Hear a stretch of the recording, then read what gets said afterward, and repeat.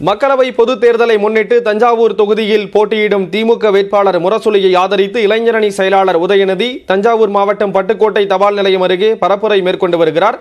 அந்த நேரலை காட்சிகள். முதலமைச்சராகி அந்த அம்மா காலே வாரி விட்டவர் தான் திரு பாதம் தாங்கி பழனிசாமி. அவர் அந்த அம்மா சசிகலா அம்மாக்கு மட்டும் துரோகம் பண்ணல, ஒட்டுமொத்த தமிழ்நாட்டு மக்களுக்கும் துரோகம் பண்ணியிருக்காரு. நம்மளுடைய 10 வருஷத்துல ஒன்றிய பாஜகவோடு கூட்டணி வச்சுக்கிட்டு தமிழ்நாட்டுடைய மாநில உரிமைகள் அத்தனையும் விட்டு கொடுத்துட்டாருமா. நீட் தேர்வு யார் கொண்டு வந்தா? எந்த ஆட்சியில வந்தது? அவங்க சொல்லுவாங்கம்மா, கேட்டுக்கோங்க, காங்கிரஸ் ஆட்சியில வந்ததுன்னு சொல்லுவாங்க. அப்போ திமுக கூட்டணியில இருந்து சொல்லுவாங்க இருந்தது. 2010 நீட் தேர்வு இந்தியா முழுக்க வந்துருச்சு, தமிழ்நாட்டுக்கு வந்துச்சா? கலைஞர் விடவே முடியாதுன்னாரு. நுழைவு தேர்வு தேவையில்லை, கவுன்சிலிங் முறையில 12ஆம் வகுப்பு படிச்சா போதும், அந்த மதிப்பெண் வச்சு நான் மருத்துவ சீட்டு கொடுக்கிறேன், ஏழை எளிய கிராமப்புற மக்கள் படிச்சு மருத்துவர் ஆகணும்னு நுழைவு தேர்வை ரத்து பண்ணவர் டாக்டர் கலைஞர் அவர்கள். இன்னும் சொல்ல போனா மறைந்த முதலமைச்சர் ஜெயலலிதா அம்மையார் இருக்காங்கல்ல, அவங்க இருந்த வரைக்கும் தமிழ்நாட்டுக்குள்ள நீட் தேர்வை நுழைய விடல. அந்த அம்மா இறந்த பிறகு இங்க இருக்கக்கூடிய இந்த அடிமைகள் பாஜகவுக்கு அதுக்கு அது வேணாம், அதெல்லாம் நீ சொல்லிட்டு போயிடுவ, அப்புறம் கோர்ட்டு கேஸ் நான் சுத்தணும். அந்த அம்மா 100 நாள் ஆஸ்பத்திரி வச்சிருந்தாங்க, யாரையும் பார்க்க விடல. அது விசாரணை கமிஷன் போயிட்டு இருக்கு. யார் யார் உள்ள போகணுமோ கண்டிப்பா நம்முடைய தலைவர் உள்ள அனுப்புவாரு, அனுப்பிட்டு தான் இருக்காரு, ஒவ்வொருத்தரும் அனுப்பிட்டு இருக்காரு. இப்போ அந்த அம்மா இறந்த பிறகு இந்த நீட் தேர்வை கொண்டு வந்துமா அரியலூர் மாவட்டம், இங்க பக்கத்தில் இருக்க அரியலூர் மாவட்டத்தில் அனிதான்ற ஒரு குழந்தை, நல்லா படிக்கக்கூடிய பொண்ணு, 1200க்கு 1120 மார்க். எவ்வளவுமா? 1200க்கு 1720 வாங்கி இந்நேரம் அனிதா உயிரோடு இருந்திருந்தா டாக்டர் அனிதா. அந்த அம்மா அந்த குழந்தை உச்ச நீதிமன்றம் வரைக்கும் போய் போராட்டம் பண்ணிச்சுமா, கடைசியில இறந்து போச்சு, தற்கொலை பண்ணிக்கிச்சு. அனிதாவோட மட்டும் நிக்கல, அனிதால ஆரம்பிச்சு இந்த 8 வருஷத்துல சென்னைக்கு பக்கத்துல குரோம்பேட்டல ஜெகதீஷ் என்ற ஒரு பையன் கோச்சிங், இப்போ நீட் படிக்கணும்னா கோச்சிங் கிளாஸ் போகணுமா, கோச்சிங் கிளாஸ்ல லட்சமா பணம் போடுங்கிறாங்க. அந்த பையன் எழுதி வச்சு செத்துட்டா, எங்க அப்பா கிட்ட கோச்சிங் கிளாஸ்க்கு என்ன அனுப்புறதுக்கு பணம் இல்லை, அதனால நான் என்னால டாக்டர் ஆக முடியாது, நான் இறந்துடுறேன், நான் தற்கொலை பண்ணிக்கிறேன்னு எழுதி லெட்டர் எழுதி வச்சுட்டு இறந்துட்டான். அடுத்த நாள் அவங்க அப்பா பேரு செல்வசேகர், அவரும் தற்கொலை பண்ணிக்கிட்டாரு. என்ன எழுதி வச்சுட்டாரு? எனக்கு இருந்தது ஒரே பையன், அவன் டாக்டர் ஆகணும்னு அவ்வளோ ஆசைப்பட்டான், கோச்சிங் கிளாஸ் அனுப்புறதுக்கு என்கிட்ட பணம் இல்லை, அதனால நானும் தற்கொலை பண்ணிக்கிறேன்னு இறந்துட்டார். ஒரு குடும்பத்தையே நீட் தேர்வுக்கு இழந்திருக்கிறோம். நம்ம தலைவர் இந்த தேர்தல் அறிக்கையில சொல்லியிருக்காரு, இந்தியா கூட்டணி ஜெயிச்சதுன்னா கண்டிப்பா தமிழ்நாட்டில இருந்து நான் நீட் தேர்வை விலக்கு கொடுப்பேன் அப்படின்னு சொல்லியிருக்காரு. இதை செய்யணுமா வேணாமாமா?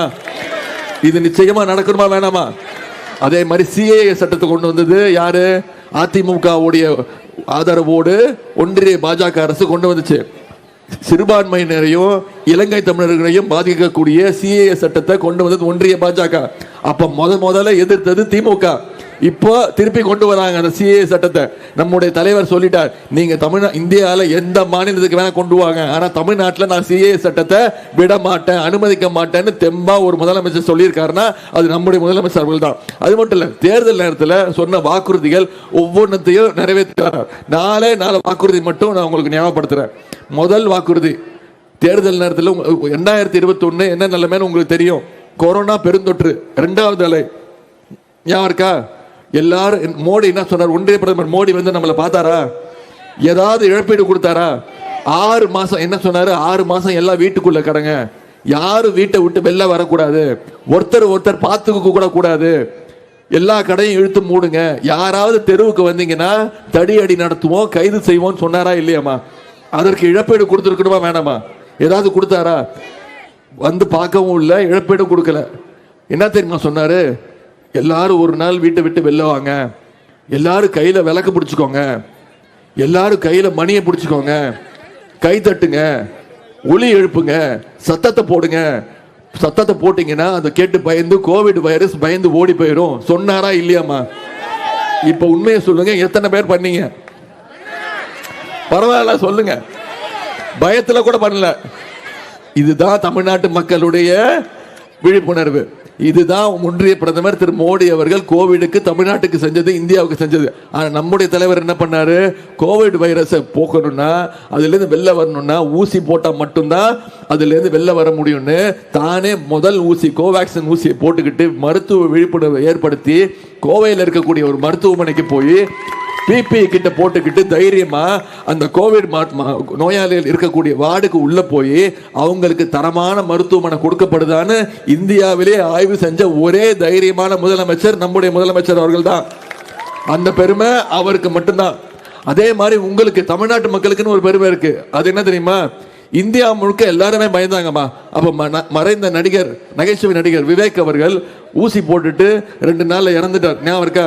அப்ப எல்லாரும் புரளியை கிளப்பி விட்டாங்க, ஒரு ஊசி போட்டதுனாலதான் இறந்துட்டாரு அப்படின்னு. ஆனா அது உண்மை கிடையாது, அவருக்கு வேற மருத்துவ பிரச்சனைகள் இருந்தது.